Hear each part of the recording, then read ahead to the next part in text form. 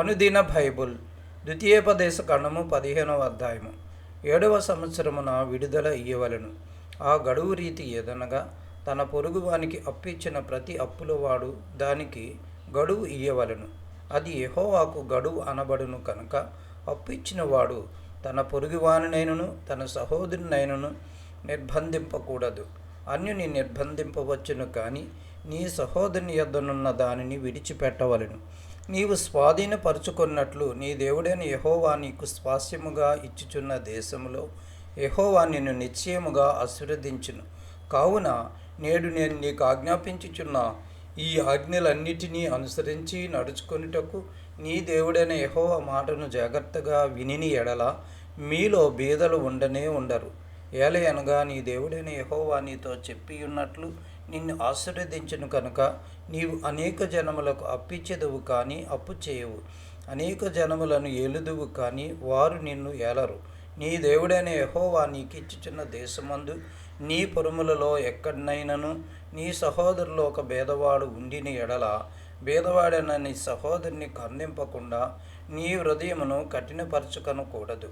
నీ చెయ్యి ముడుచుకొనక వాని కొరకు అవశ్యముగా చెయ్యి చాచి వాని అక్కర చొప్పున ఆ అక్కరకు చాలినంత అవశ్యముగా వానికి అప్పియవలను.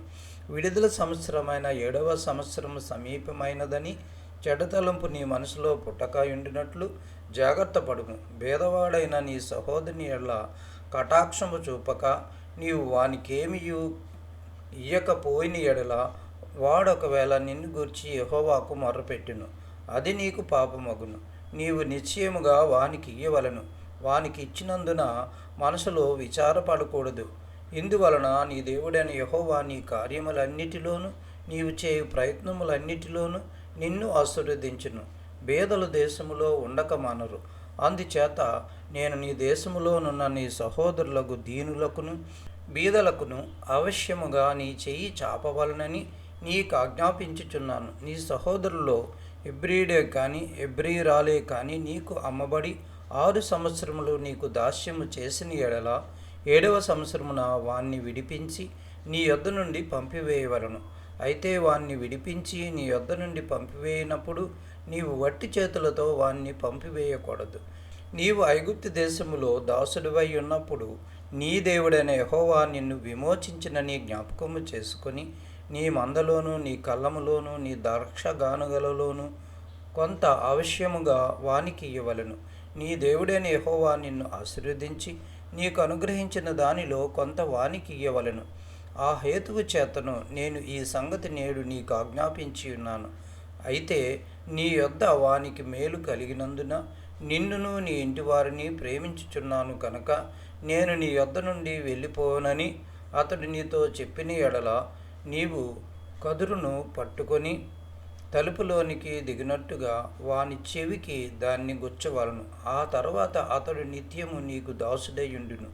అలాగుననే నీవు నీ దాసికిని చేయవలను. వానిని స్వతంత్రునిగా పోనిచ్చుట కష్టమని నీవు అనుకొనకూడదు. ఏలయనగా వాడు 6 సంవత్సరములు నీకు దాస్యము చేసినందున జీతగానికి రావలసిన 2 జీతముల లాభము నీకు కలిగెను. అలాగైతే నీ దేవుడైన యెహోవా నీకు చేయు వాటన్నిటి విషయములో నిన్ను ఆశీర్వదించును. నీ గోవిలంలోనేమి నీ గొర్రె మేకలలోనేమి తొలిచూలు ప్రతి మగదానిని నీ దేవుడైన యెహోవాకు ప్రతిష్ఠింపవలను. నీ కోడెలలో తొలిచూలు దానితో పని చేయకూడదు. నీ గొర్రె మేకలలో తొలిచూలు దాని బొచ్చు కత్తిరింపకూడదు. యెహోవా ఏర్పరచుకుని స్థలమున నీవును నీ ఇంటివారును నీ దేవుడైన యెహోవా సన్నిధిని ప్రతి సంవత్సరము దానిని తినవలను. దానిలో లోపము అనగా దానికి కుంటితనమైనను గుడ్డితనమైనను మరి ఏ లోపమైనను ఉండిన ఎడల నీ దేవుడైన యెహోవాకు దానిని అర్పింపకూడదు. జింకను దుప్పిని తిన్నట్లు నీ పొరుములలో పవిత్రులు దానిని తినవచ్చును. వాటి రక్తమును మాత్రము నీవు తినకూడదు. నీళ్ళ వలె భూమి మీద దాన్ని పారబోయవలెను.